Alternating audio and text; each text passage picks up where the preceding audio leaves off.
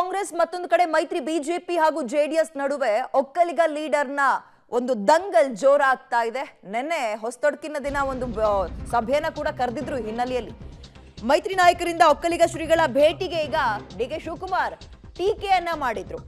ಸ್ವಾಮೀಜಿ ಅವರ ಹತ್ರ ಹೋಗಿ ಡಿಕೆಶಿಯ ಕೇಳಲಿ ಅಂತ ವ್ಯಂಗ್ಯವಾಗಿ ಈಗ ಏನ್ ಡಿಕೆಶಿ ಮಾತಾಡಿದ್ರು, ಅದಕ್ಕೆ ವಾಪಸ್ ಬಿಎಸ್ವೈ ಟಾಂಗ್ ಕೊಟ್ಟಿದ್ದಾರೆ.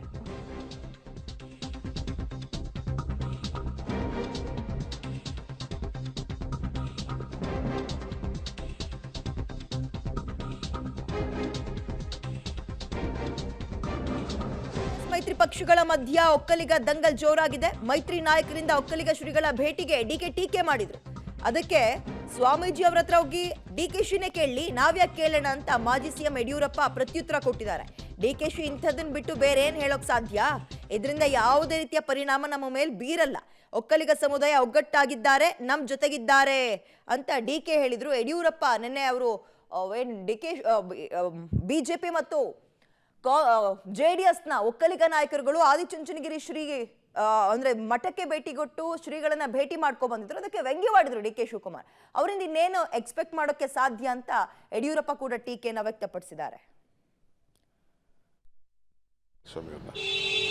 ಕುಮಾರಸ್ವಾಮಿಗೆ ಒಕ್ಕಲಿಗರು ಚೀಫ್ ಮಿನಿಸ್ಟ್ರು ಅಂತ ನಾವು ಕೆಲವೆಲ್ಲ ಮಾತಾಡಿದ್ರು. ಇದೇ ಯೋಗೇಶ್ವರ, ಅಶ್ವತ್ಥನಾರಾಯಣ, ಅಶೋಕ ಎಲ್ಲ ಸೇರಿ ಇಳಿಸಿದ್ರಲ್ಲ, ಆಗೇನಾಗಿದ್ರು ಇವರೆಲ್ಲ, ಶೋಭಕ ಇವರೆಲ್ಲ ಸೇರಿ ಇಳಿಸಿದ್ರಲ್ಲ, ಯಡಿಯೂರಪ್ಪ ಇವರೆಲ್ಲ ಸೇರಿ ಕುಮಾರಸ್ವಾಮಿ ಇಳಿಸಿದ್ರ, ಇಳಿಸಿದವ್ರು ಅವರು. ಕೊನೆ ಕಾಂಗ್ರೆಸ್ ಅವರು ಇಳಿಸಿದ್ರು ಅಂತ ಸಿದ್ದರಾಮಯ್ಯನವ್ರ ಮೇಲೆ ಗುಬ್ಬೇಕೊಂಡು. ಒಕ್ಕಲಿಗರ ಸ್ವಾಮಿಗಳು ದಡ್ರಲ್ಲ ಅಂತ ಆಯ್ತು. ಅವರು ಏನು ದಡ್ರಲ್ಲ, ಬರ್ತಾರೆ, ಆಶೀರ್ವಾದ ಮಾಡ್ತಾರೆ, ವಿಭೂತಿ ಇಡ್ತಾರೆ, ಹೂನಾರ ಹಾಕ್ತಾರೆ, ಕಳಿಸ್ತಾರೆ. ಸಮಾಜ ಇದ್ದಲ್ಲ, ಸಮಾಜ ಅವರು ನಮ್ಮ ಪರನೂ ಮಾಡೋದಿಲ್ಲ, ಅವ್ರ ಪರನೂ ಮಾಡೋದಿಲ್ಲ. ನನಗೆ ಗೊತ್ತಿದೆ ಅದು. ಈ ಕಾಂಟ್ ಡೂ ದಟ್. ನಮ್ಮ ಕಾಂಗ್ರೆಸ್ ಕ್ಯಾಂಡಿಡೇಟ್ಗಳೆಲ್ಲ ಹೋಗಿದ್ರು. ಸೊ ಎಲ್ಲ ನಮ್ಮ ಕ್ಯಾಂಡಿಡೇಟ್ಗಳು, ನಮ್ಮ ಮಂತ್ರಿಗಳು ಹೋಗಿದ್ರು. ಅದಕ್ಕೆ ಅವರು ಬಿ ಜೆ ಪಿಯವ್ರನ್ನ ಕರ್ಕೊಂಡು ಹೋಗವ್ರೆ. ಬಟ್ ಅದೇ ಬಿ ಜೆ ಪಿಯವ್ರನ್ನ ಕೇಳಬೇಕಾಯ್ತಲ್ಲ, ಬಿ ಜೆ ಪಿ ಸ್ವಾಮಿಗಳು ಕೇಳಬೇಕಲ್ಲ, ನಮ್ಮ ಚೀಫ್ ಮಿನಿಸ್ಟರ್ ನೀವು ಇಳಿಸ್ಬಿಟ್ರಲ್ಲ ಅಂತ. ಬಹುಶಃ ಅದು ಕೇಳೋಷ್ಟು ಶಕ್ತಿ ಸ್ವಾಮಿಗಳು ಇದೆಯೋ ಅನ್ನೋ ನನಗೆ ಗೊತ್ತಿಲ್ಲ. ಅದು ಕೇಳಬೇಕು. ಯಾರು ಅಲ್ಲಿ ಹೋಗಿದ್ರಲ್ಲ ಅವರೇ ತಾನೇ ಇಳಿಸಿದ್ದು.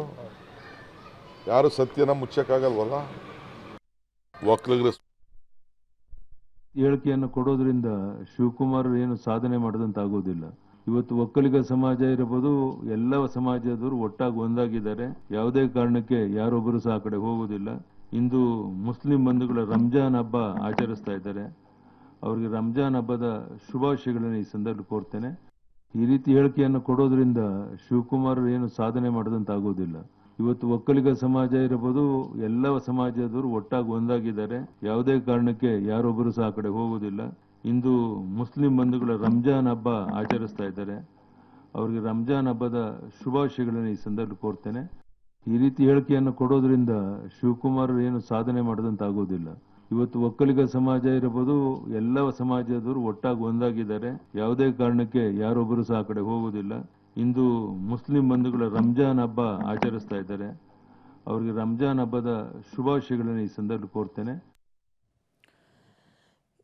ಒಕ್ಕಲಿಗರೇ ಪ್ರಾಬಲ್ಯ ಹೊಂದಿರುವಂತಹ ಹಳೆ ಮೈಸೂರು ಭಾಗದಲ್ಲಿ ಮತ ಒಗ್ಗೂಡಿಸೋಕೆ ಪ್ರಯತ್ನ ಮಾಡೋ ಹಿನ್ನೆಲೆಯಲ್ಲಿ ಚುಂಚಶ್ರೀ ಆಶೀರ್ವಾದವನ್ನ ನೆನ್ನೆ ಎನ್ಡಿಎ ಅಭ್ಯರ್ಥಿಗಳು ಹೋಗಿ ಪಡೆದುಕೊಂಡು ಬಂದಿದ್ರು. ಇದಕ್ಕೆ ಡಿಕೆ ವ್ಯಂಗ್ಯವಾಡಿದ್ರು.